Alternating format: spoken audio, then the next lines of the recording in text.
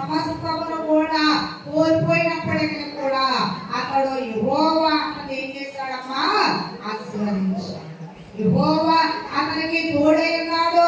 యెహోవా అతనికి తోడై ఉన్నాడు కనుక దేవుడు ఆయనకి తోడైనటువంటి ఆ యొక్క సమస్తమును బట్టి మనం చూసినట్లయితే దేవుని యొక్క తోడు ఉన్నంత కాలం కూడా దేవుని యొక్క ఆశీర్వాదము మన ముందునే ఉంటుంది.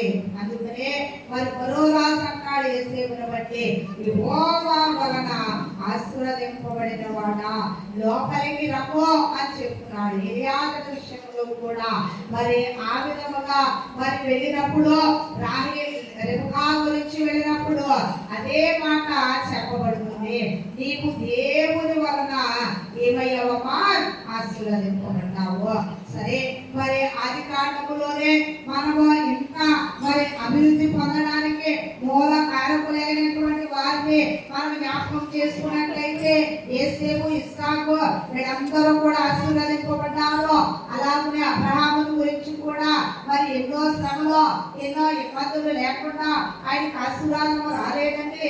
ఆశీర్వాదం ఎలా వచ్చిందంటే 12వ అధ్యాయములో 1వ వచనములో యెహోవా నీవు లేచి 10వ వచనంలో